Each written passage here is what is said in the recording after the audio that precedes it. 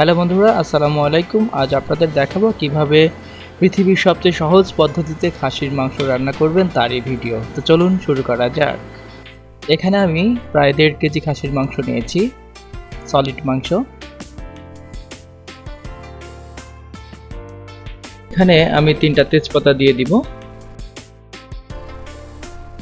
তারপর আমি 3 থেকে 4টা পেঁয়াজ কুচি করে রেখেছি, সেই কুচি পেঁয়াজগুলো খাসির মাংসের মধ্যে দিয়ে দিচ্ছি।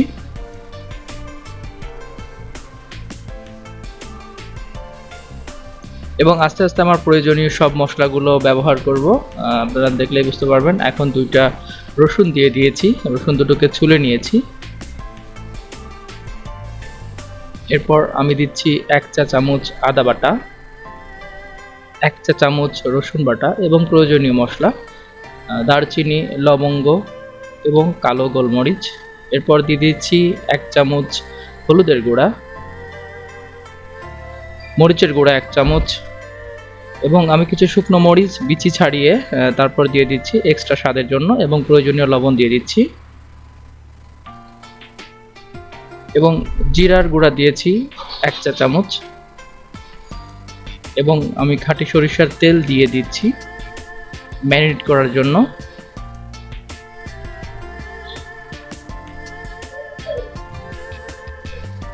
এরপর সুন্দর করে মাখিয়ে নিব আমি ভালোভাবে।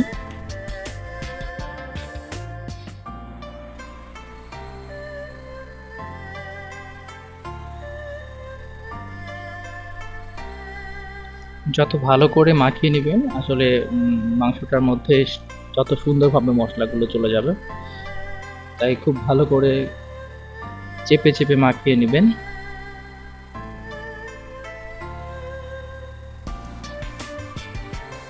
আমার মাখানো হয়ে গেছে। আমি এখন 1 ঘন্টার জন্য আমি আধা ঘন্টার জন্য এটাকে রেস্টে রেখে দেব। প্রয়োজনীয় স্টেপটা গ্রহণ করবেন এখন।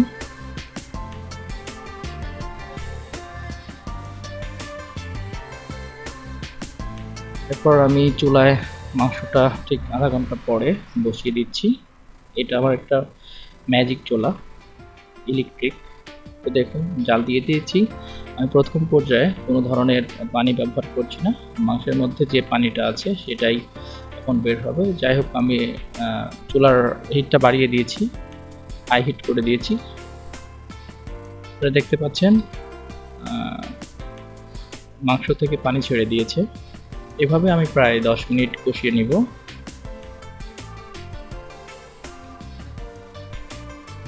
এবং নাড়াচাড়া করতে থাকবো যাতে কোনোভাবেই নিচে না ধরে যায়।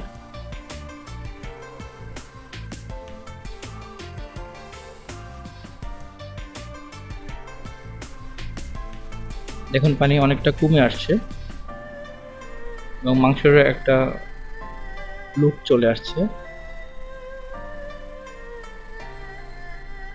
দেখুন মাংস থেকে তেলটা ছেড়ে দিয়েছে, মানে পানিটা প্রায় সবগুলো শুকিয়ে গেছে। আর অপরদিকে আমি কিছু গরম পানি করে রেখেছি মাংসে দেওয়ার জন্য।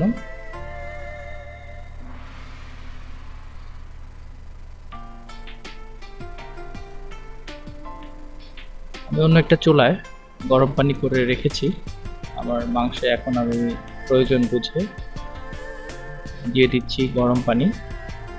অবশ্যই এখানে গরম পানি দেওয়ার চেষ্টা করবেন, কারণ ঠান্ডা পানি দিলে তেমন ভালো হবে না। গরম পানি দিলে খুব দ্রুতই মাংসটা সিদ্ধ হয়ে যাবে।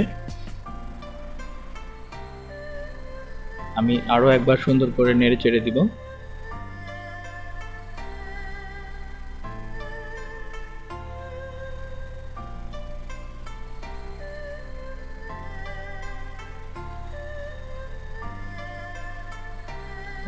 এবার আমি ঢাকনা দিয়ে সুন্দর করে ঢেকে প্রায় 20 থেকে 30 মিনিট জাল করতে থাকবো। জালটা অবশ্য মিডিয়াম রেখে দিব।